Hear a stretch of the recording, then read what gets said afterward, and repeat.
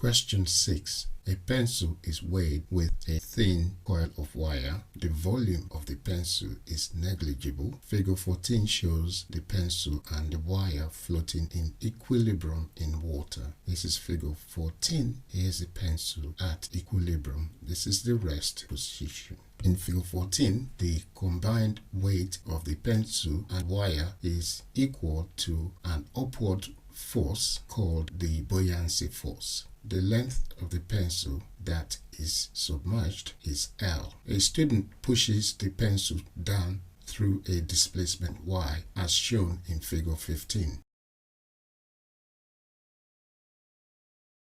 The buoyancy force is now greater than the weight. There is a resultant upward force acting on the pencil when the student releases it. The magnitude of F for any value of y is given by F equals A rho G y, where A is the cross-sectional area of the pencil, rho is the density of water, G is the acceleration due to gravity or gravitational field strength. The pencil is pushed down and released. The pencil then oscillates vertically about the equilibrium position. 6.1. Show that the pencil moves with simple harmonic motion. So we know there will be simple harmonic motion here. Why? Because we're going to get F going down. That's a driving force pushing this down, and that equals MA, because when you push it down with a force, you're driving it down. So we call that driving force. F equals MA. The water will push the pencil back up, or the pencil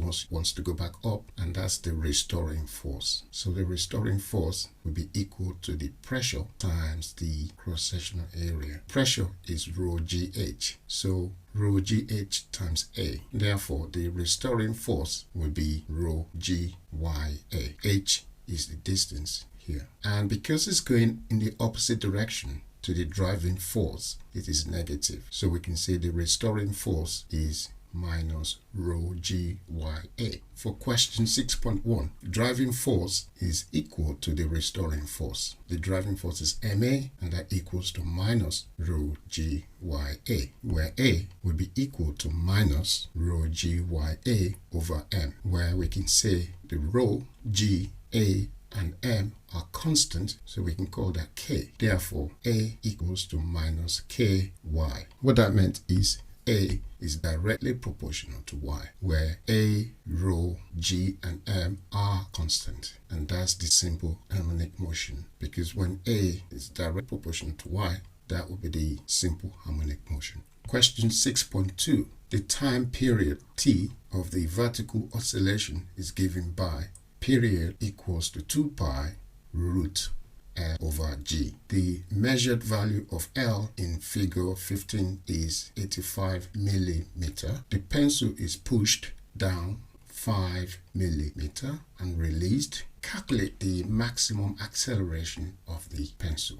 If we divide both sides by 2 pi, we get T over 2 pi will be equal to root L over G.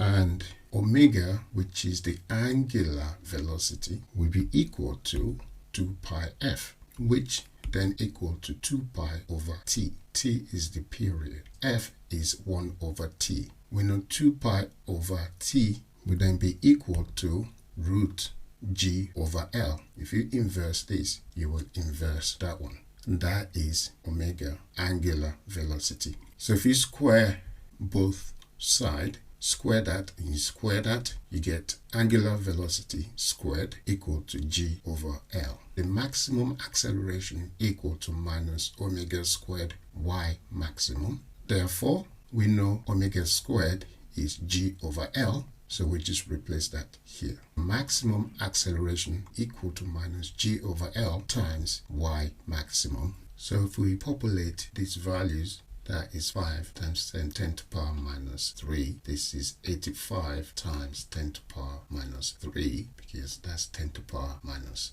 3. That's 85. That's 10 to the power minus 3. That's 5. And g is 9.81. Therefore, the maximum acceleration would be 0.58 meters per second squared. A ship floating in the sea can be modeled by the pencil floating in water. The ship can oscillate vertically. These oscillations are called heave oscillations. Wave motion causes forced oscillations of the ship. Under certain conditions, heave resonance may then occur. 6.3. Explain what is meant by resonance. At resonance, the frequency of forced vibrations will equal natural or resonant frequency, and the amplitude of vibrations or oscillation is at a maximum. 6.4. Figure 16 shows a ship moving through continuous waves of wavelength 118 meter and velocity 14.2 meter per second. The ship is moving steadily at 8 meters per second relative to the seabed in the same direction as the waves. The natural frequency of heave oscillation of the ship is 0.13 Hz. A crew member needs an emergency operation. The ship's doctor is confident that she can do the operation if the ship remains fairly steady. There are two options. 1. Stop the ship's motors and loosely anchor the ship to the seabed. 2. Continue to sail the ship at 8 meters per second in the same direction. Deduce which is the better option. Support your answer with a calculation. We have this information, the wavelength and the speed of the wave, which is 14.2 meters per second, and the wavelength is 118 meters. We know the velocity is 8 meters per second. Therefore, we also know the resonance frequency is 0.13 Hz. So we can say for point 1, that means when we stop the ship motors, we would have the C equals F lambda, where the frequency will be C over lambda. And if we populate that with the values, we get the frequency to be 0.12, which is relatively close to the natural frequency here. But for the second notion, to continue to sail the ship at 8 meters per second in the same direction, relative speed, which is the 14.2 of the wave minus the sail speed 8, and the relative speed will be 6.2 meters per second. We know frequency is speed over lambda. The frequency is 0.055 Hz. The first point, which means to stop the motors. No, don't stop, because the frequency of the wave is too close to the natural frequency of the ship, so resonance may occur because that is too close to 0.13 Hz. Yes, for the second notion, to continue moving cause no resonance will occur.